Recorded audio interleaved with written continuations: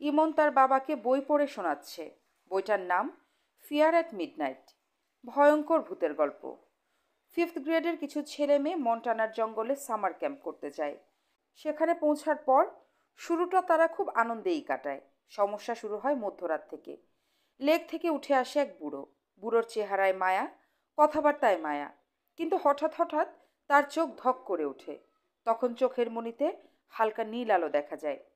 ভূতের গল্প পাঠের উপযুক্ত পরিবেশ তৈরি করা হয়েছে। টেবিলে 4টা বড় বড় মোমবাতি জ্বলছে। মোমবাতির আলো ছাড়া ঘরে আর কোনো আলো নেই। ফ্যান বন্ধ রাখা হয়েছে।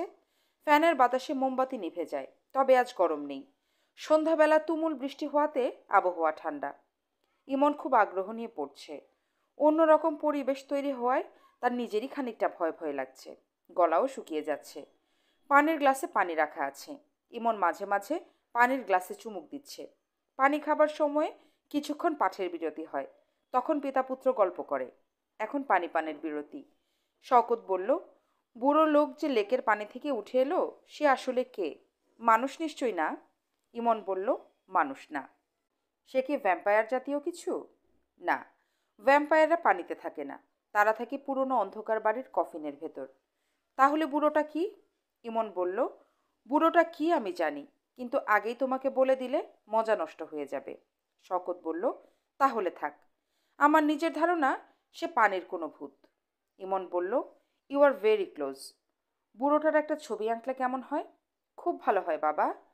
জ্যোৎস্না রাতে পানি থেকে উঠে আসছে আলখাল্লা পরা এক বুড়ো। ইমন আগ্রহ নিয়ে বলল, কখন আঁকবে বাবা? গল্পটা শেষ হোক। ইমন বলল, বাকি গল্পটা আমি অন্য আরেকদিন পড়ব। তোমার ছবি আঁকা দেখতে ইচ্ছা করছে। শওকত বলল, ছবি আঁকা তো দেখতে পারবে না। কেউ তাকিয়ে থাকলে আমি ছবি আঁকতে পারি না। তাহলে আমি তাকিয়ে থাকবো না, আমি অন্য কিছু করব। অন্য কিছুটা কি? নকল পার্ল তৈরি করব। কিভাবে? এক বাটি ঠান্ডা পানি নিতে হবে। জ্বলন্ত মোমবাতি সে পানির উপর এমনভাবে ধরতে হবে যেন গলানো মোম পানির উপর পড়ে। এক এক ফোঁটা মোম পড়বে আর জমে গিয়ে মুক্তোর দানার মতো হয়ে যাবে। বাহ, ইন্টারেস্টিং তো। আমাকে আর্টস অ্যান্ড ক্রাফট ক্লাসে শিখিয়েছে। আসো, তাহলে কাজ শুরু করা যাক। তুমি বানাবে মুক্তা আর আমি বানাবো ভূত। তার আগে তুমি তোমার মায়ের সঙ্গে কথা বলে এসো। সে নিশ্চয়ই তোমার টেলিফোনের জন্য অপেক্ষা করে থাকে। ইমন বাধ্য ছেলের মতো মাকে টেলিফোন করতে চলে গেল। শওকত লক্ষ্য করলো টেলিফোন করার জন্য সে বারান্দায় চলে গেছে। মাকে সে কখনো বাবার সামনে টেলিফোন করে না। মার জগৎটাকে সে বাবার কাছ থেকে আলাদা করে রেখেছে। একইভাবে বাবার জগৎটাও সে নিশ্চয়ই মার কাছ থেকে লুকিয়ে রাখে। মাতা পুত্রের কথাবার্তা আড়াল থেকে শোনার ক্ষীণ ইচ্ছা শওকতের হলো। ইচ্ছাটাকে সে পাত্তা দিল না। ছেলেকে ভোলানোর জন্য ছবি আঁকতে হবে। লেকের মাছ থেকে উঠে আসছে দুষ্টু বুড়ো। জোছনার ছবি। Marine blue, dark amber, ivory black, white. 4টা রং। অনেকদিন ছবি আঁকা হয় না। শওকতের মধ্যে টেনশন কাজ করতে শুরু করেছে। সাদা বোর্ডটা যেন ভুরু কুঁচকে তাকিয়ে আছে। সে যেন গম্ভীর গলায় বলছে, আমার গায়ে রং ভরাতে যাচ্ছ। খুব সাবধান, খুব সাবধান। ইমন প্রথম কথা বলল, কেমন আছো মা? রেবেকা বললেন, আমি ভালো আছি। তুমি কেমন আছো? ভালো। শুধু ভালো না বেশ ভালো? বেশ ভালো। আজ দুপুরে কি দিয়ে খেয়েছো?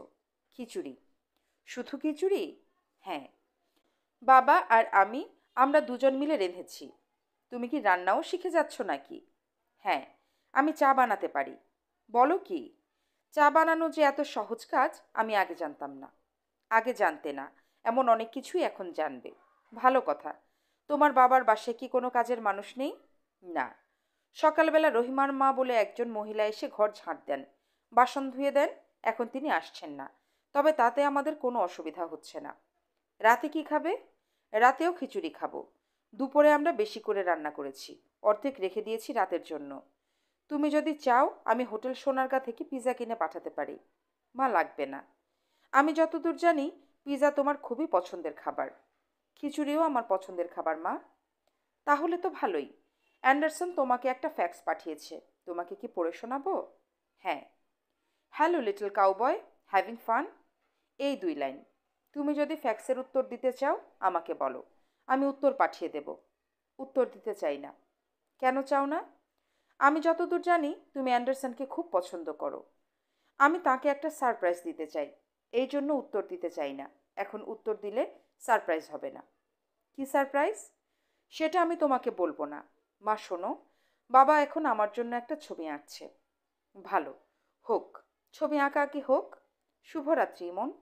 শুভরাত্রি। শওকত অতি দ্রুত ব্রাশ ঘষছে। অনভ্যাসে কি বিদ্যা হ্রাস হয়েছে? কবজির ফ্লেক্সিবিলিটি কমেছে? কবজি সেরকম ঘুরছে না। একজন পেইন্টারের জন্য কালান্তক ব্যাধির নাম আর্থরাইটিস। আঙুল নড়বে না, কবজি নড়বে না। সামান্য একটু নাড়ালেই তীব্র ব্যথায় ভুবন অন্ধকার হয়ে যাবে। তারপরেও তাকে আঁকতে হবে। একজন সঙ্গীত সাধকের কালান্তক ব্যাধি বধিরতা। তিনি সঙ্গীত সৃষ্টি করবেন কিন্তু শুনতে পারবেন না। মোজার্টের জীবনে এই ব্যাপারটি ঘটেছিল। তারপরেও তিনি মহান সঙ্গীত তৈরি করেছেন। শওকতের এই সমস্যা নেই। আর্থরাইটিসে তার আঙুল অচল হয়নি। তারপরেও সব কেমন যেন আটকে যাচ্ছে। ইমন গভীর মনোযোগে মোমের মুক্তো বানাচ্ছে। সবগুলি মুক্তো এক সাইজের হলে ভালো হতো। তা হচ্ছে না। একটার সঙ্গে একটা লেগে যাচ্ছে। নিয়ম হচ্ছে প্রতিটি ফোঁটা আলাদা আলাদা ফেলতে হবে। তা সে পারছে না। একসঙ্গে দুটো তিনটা ফোঁটা পড়ে যাচ্ছে। তার উচিত হাতে ধরে থাকা মোমবাতির দিকে এক দৃষ্টিতে তাকিয়ে থাকা। তা সে পারছে না। মাঝে মাঝে ঘাড় ঘুরিয়ে সে তার বাবাকে দেখছে। বাবার চেহারা এখন একটু অন্যরকম হয়ে গেছে। মুখের চামড়া কঠিন, ভুরু কোঁচকানো, চেহারায় কেমন যেন রাগী রাগী ভাব। ছবি আঁকার সময় কি মানুষের চেহারা রাগী রাগী হয়ে যায়? ইমনের তা মনে হয় না। তাদের আর্ট টিচারের চেহারা কখনো রাগী হয় না, বরং উল্টোটা হয়, চেহারা কোমল হয়ে যায়। তিনি আবার ছবি আঁকার সময় মাথা দুলিয়ে গানও করেন। শওকত ছেলের দিকে তাকিয়ে বলল, মুক্তো বানানো কেমন হচ্ছে? ইমন বলল, ভালো। পিঙ্ক কালারের মোম কিনে আনবো, তাহলে পিঙ্ক পার্ল বানাতে পারবে। তোমার কি খিদে লেগেছে? না। খিদে লাগলে বলবে, আমরা ডিনার করে নেব। আচ্ছা। বাবা শোনো, আমি যদি তোমাকে একটা ছবি দেই, সে ছবি দেখে তুমি কি মানুষটাকে আঁকতে পারবে? পারার তো কথা। তাহলে তুমি একটা ছবি এঁকে দিও। ছবিতে মানুষটা সোফায় শুয়ে বই পড়ছে, কিন্তু তার চশমাটা চোখে না, কপালে। উনি বই পড়ার সময় চশমাটা তার কপালে তুলে দিয়ে বই পড়েন। মানুষটাকে মিস্টার অ্যান্ডারসন। উনি কি তোমাকে খুব পছন্দ করেন? হ্যাঁ। আমাকে ডাকেন লিটল কাউবয়। কাউবয় ডাকেন কেন? জানি না। বড়শি দিয়ে ট্রাউট মাছ মারার ব্যাপারে তিনি এক্সপার্ট। একবার উনি একটা ট্রাউট মাছ ধরেছিলেন, সেটা আমার চেয়েও বড়। বলো কি? আমরা সেই ট্রাউট মাছটা দিয়ে কি করেছি শুনলে তুমি খুব মজা পাবে। বলো শুনি। আমরা করলাম কি, শুকনো কাঠ জোগাড় করে আগুন করলাম, তারপর মাছটাকে পোড়ালাম। খেতে গিয়ে দেখলাম উনি লবণ আনতে ভুলে গেছেন। মাছটা মুখে দিয়ে আমরা থুথু করে ফেলে দিলাম। উনি মাছটার উপর ভীষণ রেগে গেলেন। মাছটার উপর রেগে গেলেন কেন? মাছটা তো কোনো ভুল করেনি। ভুল তো উনি করেছেন, লবণ আনেননি। মিস্টার অ্যান্ডারসনের এই রকম স্বভাব। যে দোষী তিনি তার উপর রাগ করেন না, অন্যের উপর রাগ করেন। মাছটার উপর তিনি ভয়ঙ্কর রেগে এফ ওয়ার্ড দিয়ে গালি দিলেন। এফ ওয়ার্ডের গালিটা কি? তিনি বললেন, fuck you fish, fuck you. এটা হলো এফ ওয়ার্ডের গালি। খুব খারাপ গালি। তুমি কি এই গালি আগে কখনো শুনেছ? হ্যাঁ, শুনেছি। এফ ওয়ার্ডের গালি ছাড়াও তিনি অন্য একটা গালিও জানেন, যেমন সব। সব আবার কি? সব হলো সান অফ এ বিচ। বাবা, তোমার কি চা খেতে ইচ্ছে করছে? চা বানিয়ে আনবো? আনো। চিনি আধা চামচ বেশি দিবে। রাতের চায়ে আমি চিনি বেশি খাই। এমন চা বানাতে গেল। শওকত তাকিয়ে থাকলো ছবিটার দিকে। ছবিটা ভালো হয়নি। বুড়ো মানুষটাকে আলখাল্লা পরানোর কারণে তাকে লাগছে রবীন্দ্রনাথের মতো। অবচেতন মনে কোথাও হয়তো রবীন্দ্রনাথ ছিল। সেই রবীন্দ্রনাথ উঠে এসেছেন। তার অর্ধেক শরীর পানির নিচে, অর্ধেক উপরে। তিনি পিশাচের মতো চোখে বনভূমির দিকে তাকিয়ে আছেন। কি কুৎসিত! ইমন চা নিয়ে এসে দেখে তার বাবা কালো রং ঢেলে ছবি নষ্ট করছেন। তার চোখের দৃষ্টি অন্যরকম। শওকত ছেলের দিকে তাকিয়ে আহত গলায় বলল, ছবিটা আঁকতে পারিনি, পরে এঁকে দিব। ঠিক আছে? ইমন বলল, ঠিক আছে। আজ রাতেই এঁকে রাখবো।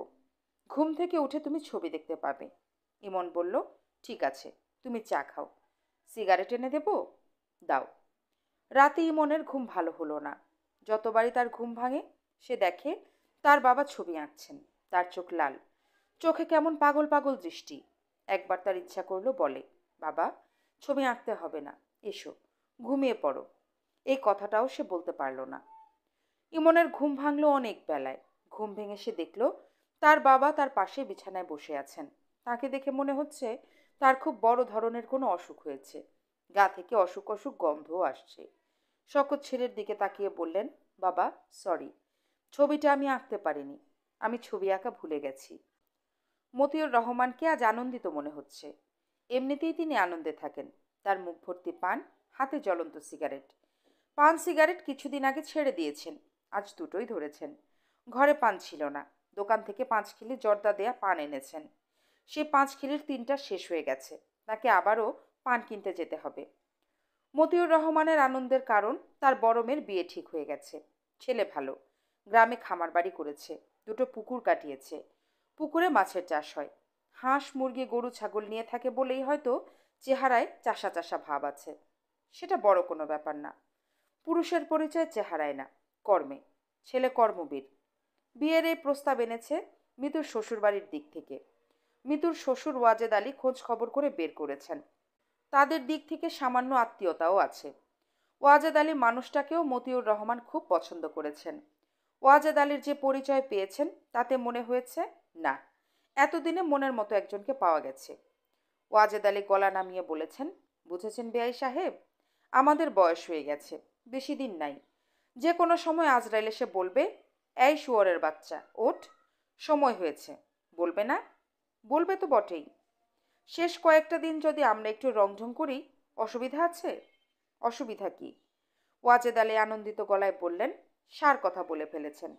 জগতের সার কথা হলো অসুবিধা কি? তোমরা ইয়াং ম্যানেরা যদি ফুর্তি করতে পারো, আমরা কেন পারবো না? আমাদের দাবি আরও বেশি। আমাদের দিন শেষ। দিন শেষ কিনা বলেন? অবশ্যই দিন শেষ। এখন যদি এই শেষ বেলায় মাঝে মধ্যে সামান্য ওষুধ খাই, কার বাপের কি? নিজের পয়সায় ওষুধ খাচ্ছি, তোর পয়সায় তো না। মতিউর রহমান বললেন, ওষুধ জিনিসটা কি বুঝলাম না। ওয়াজেদ আলী বললেন, না বোঝার কি আছে? যে ওষুধ খেলে মনে আনন্দ হয়, রাতে ঘুম ভালো হয়, সেই ওষুধ। এখনো বুঝেন নাই? বুঝেছি। কোকের সঙ্গে মিক্স করে নিয়ে এসেছি, খাবেন নাকি এক ঢোক? গরমের সময় ভালো লাগে। মতিউর রহমানের খেতে খুবই ইচ্ছে করছে, তারপরেও বললেন, না, থাক। ওয়াজেদ আলী বললেন, আপনি না খেলে আমিও খাবো না। এই জিনিস একা একা খেলে আর ওষুধ থাকে না, তখন হয়ে যায় বিষ। মতিউর রহমান বেআইকে সঙ্গ দেবার জন্য বেশ খানিকটা ওষুধ মেশানো কোক খেয়ে ফেললেন। ওষুধের গুণই হোক বা অন্য কোনো কারণেই হোক, খামার বাড়ি দেখে তিনি মুগ্ধ হলেন। বেশ কয়েকবার বললেন, এই ছেলে কর্মবীর, আসল কর্মবীর। আমার মেয়ের সঙ্গে যদি বিয়ের কথাবার্তা না হতো, তাহলে আমি এই ছেলের পা ছুঁয়ে সালাম করতাম। কদমবুসি করার মতো ছেলে। ফেরার পথে তিনি খামারের 4 কেজি দুধ, লাউ, লাউ শাক, পুকুরের সরপুটি, 1 ঝুড়ি কাঁচা বাদাম নিয়ে ফিরলেন। ছেলে এ প্রথমবারের মতো চীনাবাদামের চাষ করেছে, ভালো ফলন হয়েছে। মতিউর রহমান ছেলের দুটো ছবিও সঙ্গে করে নিয়ে এসেছেন, আনিকাকে দেখাবেন। পাত্রের ছবি হিসেবে ছবি দুটোর কোনোটাই চলে না। একটি ছবিতে ছেলে অস্ট্রেলিয়ান গরুর পিঠে হাত দিয়ে হাসি হাসি মুখে দাঁড়িয়ে আছে, আরেকটায় সে মাল কোচা মেরে পুকুরে দাঁড়িয়ে আছে, তার হাতে 4 কেজি ওজনের একটা রুই মাছ। রাতে খাবারের পর মতিউর রহমান আনিকা এবং তার মাকে ডেকে পাঠালেন। তার দীর্ঘ বক্তৃতা দিয়ে তিনি মূল প্রসঙ্গে যাবার শখ ছিল। আনিকা তা হতে দিল না। গম্ভীর মুখে বলল, যা বলার তাড়াতাড়ি বলো, আমি শুয়ে পড়ব, আমার মাথা ধরেছে। মতিউর রহমান বললেন, তোর বিখ্যাত মাথা ধরা কি সব অবস্থায় থাকে? আনিকা বলল, সব অবস্থায় থাকে না, এখন মাথা ধরেছে। কি বলবে বলো? কিছুক্ষণের জন্য হলেও শান্ত হয়ে বস, তারপর বলি। আনিকা বসল। মতিউর রহমান সিগারেট ধরাতে ধরাতে বললেন, তুই কি ঠিক করেছিস? বিয়ে করবি না করবি না? বিয়ে করব না এমন কথা তো কখনো বলিনি। ছেলে কি তোর বোনের মতো তুই ঠিক করবি, নাকি আমাদের হাতে ছেড়ে দিবি? আমার পছন্দের একজন আছে, তাকে বিয়ে করব। সেই একজনটাকে? এখন কিছু বলতে চাচ্ছি না বাবা, যখন সব ঠিকঠাক হবে তখন বলবো। সব ঠিকঠাক হবে মানে কি? কোন জিনিসটা বেঠিক? সবই বেঠিক, ঠিক করার চেষ্টা করছি। মতিউর রহমান বললেন, যে ছেলেকে বিয়ে করার কথা ভাবছিস তাকে কি আমরা চিনি? হ্যাঁ, চেনো। শওকত না তো? আনিকা কিছু বলল না। মতিউর রহমান বললেন, এই বিষয়ে আমি আগেই সন্দেহ করেছি। আমি তো ফিডার দিয়ে দুধ খাই না, জগতের হিসাব জানি। আধপুরো এক ছেলে, তাকে বিয়ে করবি কোন দুঃখে? টাকা নাই, পয়সা নাই, আয় রোজগার নাই, ভ্যাগাবন্ড। আনিকা বলল, আমি কিছু কথা বলবো। আমার কথাগুলি মন দিয়ে শোনো। তুমি তো টিভির সিনেমার কথাবার্তা ছাড়া আর কোনো কথা মন দিয়ে শোনো না। মতিউর রহমান বললেন, তুই কি বানিয়ে দিবি এমন যে আমার মন দিয়ে শুনতে হবে? আনিকা বললেন, হ্যাঁ, আমি বানিয়েই দিব। যে বুড়োর কথা তুমি বলছো, আমি যদি সেই বুড়োকে বিয়ে করি তাহলে তোমাদের না খেয়ে থাকতে হবে না। অন্য কাউকে বিয়ে করলে আমাকে তার সংসারে গিয়ে উঠতে হবে। আমার চাকরির একটা পয়সা তোমরা পাবে না, ওরা দিতে দেবে না। কোনো জামাই শ্বশুর শাশুড়িকে তার বাড়িতে পুষবে না। আমার ভবিষ্যৎ চিন্তা করার আগে তোমরা তোমাদের ভবিষ্যৎ চিন্তা করো। মতিউর রহমান হতভম্ব হয়ে বললেন, মেয়ে হয়ে তুই আমাকে ভাতের খোঁটা দিলি? সারা জীবন তুমি আমাকে নানান বিষয়ে খোঁটা দিয়েছ, আমি একটা দিলাম। আজ থেকে যদি আমি তোর ভাতের একটা দানা মুখে দেই তাহলে আমি মানুষের বাচ্চা না, আমি নেড়িকুত্তার বাচ্চা। আনিকা উঠে দাঁড়াতে দাঁড়াতে বলল, আমি ঘুমাতে যাচ্ছি, ব্যথায় আমার মাথা ছিঁড়ে পড়ে যাচ্ছে। মেয়ের সঙ্গে সঙ্গে মনোয়ারাও উঠে গেলেন। মতিউর রহমান পান মুখে দিলেন, সিগারেট ধরালেন। তিনি খুবই দুশ্চিন্তায় পড়েছেন। মেয়ের চাকরির টাকায় ভাত খেতে হবে এই দুশ্চিন্তা না, তিনি খামারের ছেলেটাকে আগামীকাল সন্ধ্যায় বাসায় চা খেতে ডেকেছেন। উদ্দেশ্য, চা খেতে খেতে আনিকার সঙ্গে দু একটা কথা বলবে। এই সমস্যার সমাধান কি? সন্ধ্যায় চায়ের ব্যাপারটা বাদ দেওয়া যায় কিভাবে? বিয়ে না হলে না হবে, ভদ্রভাবে আনিকা ছেলেটার সঙ্গে টুকটাক কিছু কথা তো বলবে। মতিউর রহমান টিভি ছাড়লেন। এইচবিওতে প্রায় ভূতের ছবি দেখায়। মতিউর রহমান ইংরেজি মোটেই বুঝেন না। ভূতের ছবির সুবিধা হলো ইংরেজি না বুঝলেও ছবি বুঝতে কষ্ট হয় না। রাত দুপুরে ভূত প্রেতের ছবি দেখতে তার ভালোই লাগে। জীবনের শেষ প্রান্তে যে চলে এসেছেন তার কাছে ভালো লাগাটা জরুরি। আনিকা বাতি নিভিয়ে শুয়ে আছে। মনোয়ারা মেয়ের মাথায় তেল দিয়ে দিচ্ছেন। মাথায় সিঁথি করে আঙুলের ডগায় তেল নিয়ে সেই তেল ঘষা। মনোয়ারা এই কাজটা খুব ভালো পারেন। নারকেল তেল তিনি আগে গরম করে নেন। পাশে ঠান্ডা পানির একটা পাটি থাকে। গরম তেল মাথায় ঘষার পরপর তিনি তার আঙুল ঠান্ডা পানিতে ডুবিয়ে ম্যাসাজ শুরু করেন। এই অংশটা খুব আরামদায়ক। মনোয়ারা দ্রুত আঙুল চালাতে চালাতে বললেন, ভাতের খোঁটা দেয়া ভালো না রে মা? আনিকা জড়ানো গলায় বলল, আমার মেজাজ ঠিক ছিল না।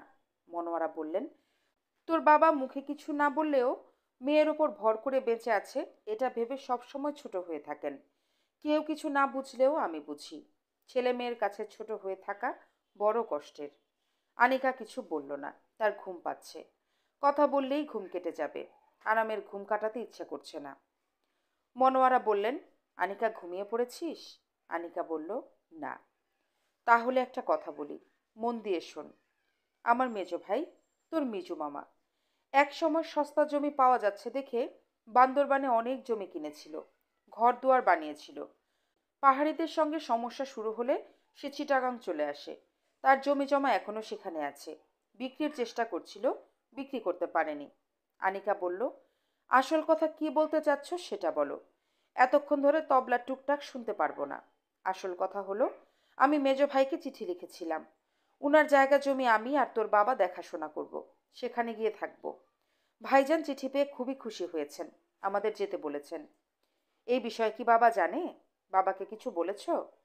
না, তোর বিয়ে ঠিক হয়ে গেলেই তোর বাবাকে বলবো, সে খুশি হয়েই রাজি হবে। কানের কাছে আর ঘ্যান ঘ্যান করবে না, আমার ঘুম পাচ্ছে।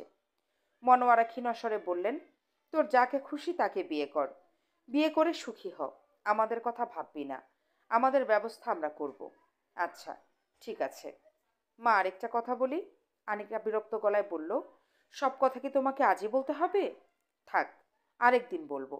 না বললেও চলে, এমন জরুরি কোনো কথা না। জরুরি কথাটা আগেই বলে ফেলেছি। আনিকা বলল, কি বলতে চাচ্ছিলে বলো। যে ভনেতা দিয়ে কথা শুরু করেছ, এখন বাকিটা না শুনলে রাতে ঘুম হবে না। মনোয়ারা বললেন, কথাটা মঞ্জু সম্পর্কে। ভাইয়াকে নিয়ে কথা? তার নাম উচ্চারণ করাই তো নিষিদ্ধ। বলো কি কথা তার বিষয়ে। তার মৃত্যুর জন্য তুই মনে মনে আমাকেও দায়ী করিস। তোর ধারণা আমার এবং তোর বাবার এই দুইজনের অত্যাচারে অতিষ্ঠ হয়ে সে ঘুমের ওষুধ খেয়েছে। মা, কথাটা কি ভুল? আমার বিষয়ে কথাটা ভুল। আমার অপরাধ একটাই, তোর বাবা যখন তার উপর রাগ করতো, গালাগালি করতো, আমি চুপ করে থাকতাম, কিছু বলতাম না। মা শোন, চুপ করে থাকা আমার স্বভাব। তোর বাবা যখন রেগে গিয়ে হইচই করে আমি তখন চুপ করে থাকি। তোর ওপর যখন রেগে যায় তখনও কিন্তু চুপ করেই থাকি। যখন বুঝি তুই মনে কষ্ট পেয়েছিস তখন মাথায় তেল মাখিয়ে দেই। তোর মাথায় যেমন আমি বিলি কেটে দেই, মঞ্জুর মাথায়ও দিতাম। আনিকা বিছানা থেকে উঠে বসল, মার দিকে তাকালো। মনোয়ারা বললেন, মঞ্জু ঘুমের ওষুধ খাবার আগে দুটো চিঠি লিখেছিল, একটা তোর বাবাকে, একটা আমাকে। আমার চিঠিটা তুই একদিন পড়ে দেখিস। চিঠিটা কাউকে পড়াতে আমার লজ্জা লাগে বলেই লুকিয়ে রাখি। চিঠি তুমি সঙ্গে করেই নিয়ে এসেছো, তাই না মা?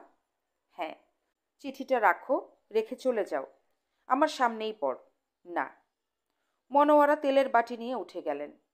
দামি রেডিও বন্ড কাগজে গুটি গুটি করে লেখা চিঠি, মুক্তোর মতো হাতের লেখা, যেন সাদা কাগজে অক্ষর সাজিয়ে ছবি আঁকা হয়েছে। মা গো, আমি খুব বড় একটা ভুল করতে যাচ্ছি। মা, তুমি আমাকে ক্ষমা করে দিও। একটা কষ্ট নিয়ে আমি পৃথিবী থেকে যাচ্ছি। কষ্টটা হচ্ছে তোমার স্নেহের ঋণ আমি শোধ করতে পারলাম না। প্রায়ই খুব কষ্ট পেয়ে আমি রাতে শুয়ে শুয়ে কাঁদতাম। আমার ঘুম আসতো না। তুমি গভীর রাতে তেলের বাটি নিয়ে আসতে, একটা কথাও বলতে না। আমার মাথা তোমার কোলে তুলে নিয়ে চুলে বিলি কাটতে। কেন কিছু কিছু মানুষ তোমার মতো ভালো হয়? মা শোনো, আমরা সবচেয়ে বেশি কষ্ট পাই কিন্তু ভালো মানুষদের জন্য। তুমি এত ভালো কেন হলে? তোমার ছেলে, মঞ্জু। আজ ইমনের জন্মদিন। জন্মদিনের ছোট্ট মানুষটা খালি গায়ে গুটিসুটি মেরে শুয়ে আছে। ঘুমাবার সময় তার গায়ে লাল রঙের একটা টি শার্ট ছিল। কখন খুলেছে কে জানে। নিশ্চয়ই গরম লাগছিল। গরম লাগার কথা। সিলিং ফ্যানে কোনো একটা সমস্যা আছে। প্রচণ্ড শব্দ ঘুরে, সেই তুলনায় বাতাস হয় না। শওকত ছেলের দিকে তাকিয়ে আছে। খুব মায়া লাগছে। বেচারা যে আগ্রহ নিয়ে বাবার কাছে এসেছিল, সে আগ্রহের ফল কি সে পেয়েছে? মনে হয় না। ছেলেকে আনন্দে অভিভূত করার মতো কিছু সে করতে পারেনি। গল্প করেছে, এই পর্যন্তই। গল্প করে কাউকে মুগ্ধ করার ক্ষমতা তার নেই। ছেলেকে নিয়ে ঢাকার বাইরে কোথাও গেলে ভালো হতো। যাওয়া হয়নি। কেন জানি ইচ্ছা করেনি। মানুষের বয়স যত বাড়তে থাকে, তার ইচ্ছাগুলিও ছোট হতে থাকে। তার এখন দিনরাত ঘরে বসে থাকতেই ভালো লাগে। সমস্ত ইচ্ছা ছোট্ট একটা ঘরে বন্দি হয়ে গেছে। শওকত বিছানা থেকে নামল। সে এখন মগ ভর্তি করে এক মগ চা বানাবে। বারান্দায় দাঁড়িয়ে দিনের প্রথম সিগারেটটা ধরাবে। প্রথম সিগারেট শেষ হবার পর দ্বিতীয় সিগারেট। মানুষ খুব সহজে রুটিনে আটকা পড়ে যায়। সে রুটিনে আটকা পড়ে গেছে। সকালে মগ ভর্তি চা তার রুটিনের অংশ। আকাশে মেঘ করেছে। ঝুম বৃষ্টি হবে এইরকম মেঘ না। এই কয়দিনে একবারও ঝুম বৃষ্টি হয়নি যে ছেলেকে নিয়ে এসে বৃষ্টিতে ভিজবে। আনন্দময় কোনো স্মৃতি কি এই ছেলে নিয়ে যেতে পারবে? আজীবনের জন্মদিন, আজ সে থাকবে। আগামীকালও থাকবে। পরশু তাকে তার মায়ের কাছে দিয়ে আসতে হবে। যেখান থেকে সে এসেছিল সেখানে ফিরে যাবে। মিস্টার অ্যান্ডারসন নামের একজন মানুষের হাত ধরে সে লেকে মাছ ধরতে যাবে। বাড়ির পেছনের পোর্চে মিস্টার অ্যান্ডারসন বারবিকিউ করবেন। ইমন তাকে সাহায্য করবে। এখন যেমন সে তার বাবাকে সাহায্য করছে, সেরকম। চা বানানোর একটা বিদ্যা সে তার বাবার কাছ থেকে শিখেছে। এই বিদ্যা নিশ্চয়ই সে মিস্টার অ্যান্ডারসনকে দেখাবে। শওকত চায়ের মগ নিয়ে মেঝেতে বসল। এই বাসা তাকে ছেড়ে দিতে হবে। এখানে অ্যাপার্টমেন্ট কমপ্লেক্স হবে। মাপামাপি খোঁড়াখুঁড়ি শুরু হবে এই মাসের শেষের দিকে। শওকতকে নতুন কোনো আস্তানা খুঁজে বের করতে হবে। গ্রামের বাড়িঘর ঠিক করে কিছুদিন গ্রামে গিয়ে থাকলে হয়। ইমনকে গ্রামের বাড়ি দেখিয়ে নিয়ে এলে হতো। ঝোপ, মাসবন, ডোবা। বাড়ির পেছনে বিলের মতো আছে। সকালের দিকে সেই বিলে অনেক বক দেখা যায়। এসব দৃশ্য দেখলে সে মজা পেত। তাকে কোনো কিছুই দেখানো হয়নি। মিস্টার অ্যান্ডারসনের একটা ছবি আঁকা হয়নি। আঁকা হবে এরকমও মনে হচ্ছে না। ছবি বানানোর বিদ্যা তাকে ছেড়ে গেছে। মাথা কোনো এক রহস্যময় জায়গায় জট লেগে গেছে। হয়তো কোনো একদিন সেই জট খুলবে। সে আবারও ছবি আঁকতে শুরু করবে। তখন মিস্টার অ্যান্ডারসনের ছবিটা এঁকে পাঠিয়ে দিতে হবে, সঙ্গে একটা চিঠি। চিঠিটা সে বাংলায় লিখবে। তারপর ভালো ইংরেজি জানে এমন কাউকে দিয়ে অনুবাদ করিয়ে নেবে। সে দ্বিতীয় সিগারেটটা ধরিয়ে চিঠির বিষয়বস্তু নিয়ে ভাবতে শুরু করলো। প্রিয় মিস্টার অ্যান্ডারসন, জল রঙে আঁকা আপনার একটা ছবি পাঠালাম। ছবিতে আপনি এবং ইমন মাছ ধরছেন। আমার ছেলেটাকে আপনি যে মমতা এবং স্নেহ দেখিয়েছেন সেটা মনে রেখেছে এবং আমার কাছে প্রতিটি গল্প অত্যন্ত আনন্দের সঙ্গে করেছে। আপনি আমার পুত্রের প্রতি যে স্নেহ দেখিয়েছেন তা যেন বহুগুণে আপনার কাছে ফিরে আসে, আমি সেই প্রার্থনা করছি। ইমনের কাছে শুনে শুনে আমি আপনার একটি রূপক ছবি আমার মনে তৈরি করেছি। ছবিটি বটবৃক্ষের, যেন আপনি ছায়াদায়িনী বিশাল বটবৃক্ষ। আমার ছোট্ট ইমন তার ছায়ায় আশ্রয় নিয়েছে। আমার দুর্ভাগ্য, আমি আমার পুত্রকে কোনো ছায়া দিতে পারিনি। আমি একজন পরাজিত পেইন্টার। পরাজিত মানুষ ছায়া দিতে পারে না, কারণ তারা নিজেরাই ছায়া খুঁজে বেড়ায়। আপনি আমার এই চিঠি পড়ে ভাববেন না যে আমি ছেলেকে কাছে না পেয়ে খুব মনোকষ্টে থাকি। মানুষ অতি দ্রুত সমস্ত পরিস্থিতিতে অভ্যস্ত হয়ে যায়। আমিও অভ্যস্ত হয়ে গেছি। ইমন কেমন আছে, কি করছে, এসব সেন্টিমেন্টাল বিষয় নিয়ে ভাবি না। শুধু তার জন্মদিনে 9 ইঞ্চি বাই 12 ইঞ্চি ইজেলে মনের সুখে লেমনিয়েলো রং মাখাই। তার জন্মের পরপর তার নাম আমি রেখেছিলাম লেমনিয়েলো। শওকত হঠাৎ হাতের সিগারেট ফেলে দিয়ে বিরক্ত মুখে উঠে দাঁড়ালো। মনে মনে লম্বা চিঠি ফেঁদে বসেছে। কোনো মানে হয়? কাকে দিয়ে অনুবাদ করাবে? তার চেয়ে নিজেই একটা কাগজে লিখবে, উইথ কমপ্লিমেন্টস ফ্রম ইমনস ড্যাড। অথবা শুধু লেখা থাকবে, উইথ কমপ্লিমেন্টস। নিচে সে তার নাম সই করবে। ইমন জেগে উঠেছে। বাবার সন্ধানে চেয়ে চলে এসেছে বারান্দায়। শওকত বলল, হ্যালো। ইমন বলল, হ্যালো, গুড মর্নিং। আজ তোমার জন্মদিন। Happy birthday. Thank you. জন্মদিনে কি করতে চাও? জানি না।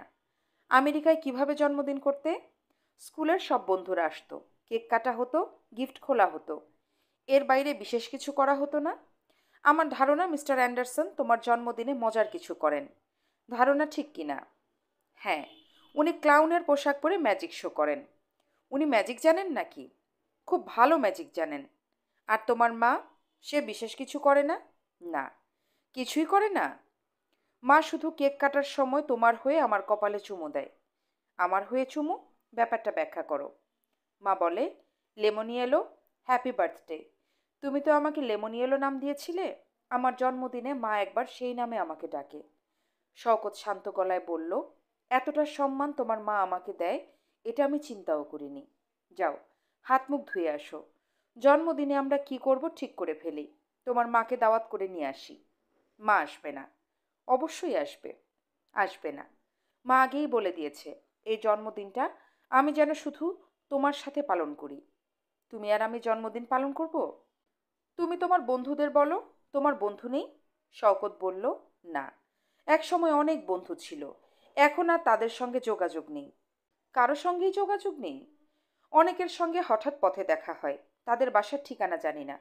শুধু একজনের ঠিকানা জানি, তৌফিক। ধানমন্ডিতে থাকে, বড় পেইন্টার হিসাবে নাম করেছে। উনাকে আসতে বলো। তুমি কি আমার জন্য কোনো গিফট এনেছো বাবা? না। গিফট কিনতে হবে। মিস্টার অ্যান্ডারসন তুমি আমাকে কি গিফট দেবে সেটা আমাকে গোপনে বলেছেন। আমি দেখতে চাই তার কথা ঠিক হয় কি না। ইমন মিটিমিটি হাসছে। বাবাকে বড় ধরনের চিন্তার মধ্যে ফেলে দিতে পারায় সে খুব মজা পাচ্ছে। আজকের নাশতা বাইরে থেকে এসেছে, কিং বিরিয়ানি হাউসের তেহারি। বাংলাদেশের এই খাবারটা ইমনের পছন্দ হয়েছে। ইমনের ধারণা এই খাবারটা ম্যাকডোনাল্ডের কাছাকাছি। সে অবশ্য তেহারি বলতে পারে না, বলে তোহারি। নাশতার মাঝখানে আনিকা এসে উপস্থিত। সে ঢুকলো বিব্রত ভঙ্গিতে। ইমন চোখ বড় বড় করে তাকিয়ে আছে। এই প্রথম বাবার বাসায় সে বাইরের কাউকে আসতে দেখল। আনিকা ইমনের দিকে তাকিয়ে বলল, ইমন, আমি তোমাকে দেখতে এসেছি। শুভ জন্মদিন। ইমন বলল, থ্যাংক ইউ। আমি তোমার জন্য জন্মদিনের গিফট এনেছি। জানি না তোমার পছন্দ হবে কিনা। কি গিফট এনেছো? কচ্ছপের বাচ্চা। কিসের বাচ্চা? কচ্ছপের বাচ্চা। কচ্ছপ চেনো না? টার্টল। তোমাদের এখানে পেট শপ আছে? আছে। আনিকা হ্যান্ডব্যাগের ভেতর থেকে পানি ভর্তি হরলিক্সের বোতল বের করলো। বোতলের ভেতরে ছোট ছোট দুটো কচ্ছপের বাচ্চা ওঠানামা করছে। ইমন মুগ্ধ গলায় বলল, ও মাই গড, হোয়াট এ সারপ্রাইজ। ইমন হাতের চামচ ছুঁড়ে ফেলে দিয়ে হরলিক্সের বোতল হাতে নিল। আনিকা বলল, উপহার পছন্দ হয়েছে? ইমন বলল, খুব পছন্দ হয়েছে। I am so happy. আমাকে ধন্যবাদ দিলে না তো? আমি এত খুশি হয়েছি যে ধন্যবাদ দিতে ভুলে গেছি। মিস, আপনি আমাকে ক্ষমা করবেন। আমাকে মিস কেন বলছো? আমাকে দেখে কি তোমার মনে হচ্ছে আমার এখনো বিয়ে হয়নি? হ্যাঁ। আনিকা শওকতের দিকে তাকিয়ে বলল, তুমি তো তোমার ছেলের জন্মদিনে আমাকে আসতে বলবে না? আমি নিজে থেকে চলে এসেছি। ভয় নেই, বেশিক্ষণ থাকবো না। আমার অফিস আছে, আমি অফিসে চলে যাব। শওকত বলল, চা খেয়ে যাও। চা 1 কাপ খেতে পারি। আনিকা ইমনের চেয়ারটায় বসলো। বাসায় দুটোই চেয়ার। ইমন তার চেয়ার খালি করে দাঁড়িয়ে আছে। তার মুগ্ধ দৃষ্টি সে একবারও কচ্ছপ দুটো থেকে সরাচ্ছে না। আনিকা বলল, আমি তোমার এখানে আসতে আসতে ভাবছিলাম খুব সুন্দর একটা ছেলে দেখব, কিন্তু এত সুন্দর কাউকে দেখব ভাবিনি। তোমার ছেলের চেহারায় কোথায় যেন দেবদূত দেবদূত ভাব আছে, ঠিক না? শওকত জবাব না দিয়ে চা বানাতে গেল। ইমন আনিকার দিকে তাকিয়ে বলল, আমি কি এদের হাত দিয়ে ধরতে পারি? এরা কি কামড়ায়? আনিকা বলল, এখন কামড়াবে না। তুমি ইচ্ছা করলে এদের হাতে নিতে পারো, তবে এরা বড় হলে কিন্তু কামড়ায়, খুব শক্ত কামড়।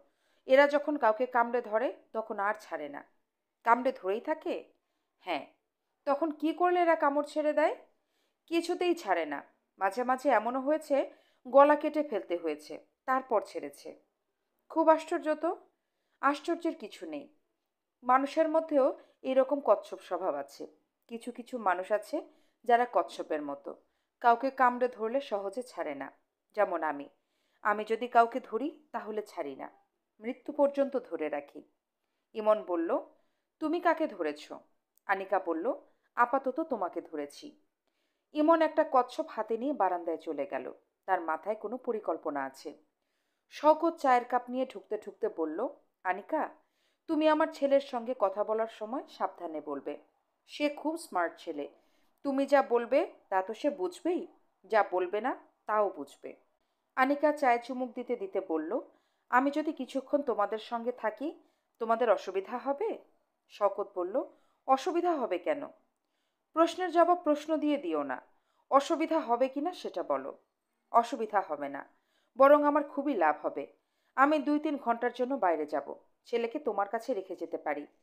3 ঘন্টা থাকতে পারবে? পারবো। তোমাকে অফিসে যেতে হবে না? তোমাদের সঙ্গে আজ বেশ কিছু সময় থাকবো। দুপুরে তোমাদের রান্না করে খাওয়াবো। এই ভেবে আমি আজ ছুটি নিয়েছি। তুমি থাকতে দেবে কি দেবে না এই ভেবে শুরুতে অফিস থেকে ছুটি নেবার কথা বলিনি। দুপুরে কি খাওয়াবে? তোমার ছেলে যা খেতে চায় তাই খাওয়াবো। তুমি রান্না করতে জানো তা তো জানতাম না। আমি অনেক কিছুই জানি যা তুমি জানো না। রান্না যে করবে, জিনিসপত্র লাগবে না? সেই ব্যবস্থা আমি করব। নিউ মার্কেট থেকে বাজার করে আনবো। তোমার ছেলেকে সঙ্গে নিয়ে যাব। সে কি যাবে আমার সঙ্গে? যাবে। কচ্ছপ দিয়ে তুমি তারে কবজা করে ফেলেছ। আনিকা বলল, আমার সমস্যা হচ্ছে আমি যাদেরকে কবজা করতে চাই তাদের কবজা করতে পারি না। আর যাদের কবজা করার আমার কোনো প্রয়োজন নাই তারা কিভাবে কিভাবে যেন কবজায় চলে আসে। খারাপ কি?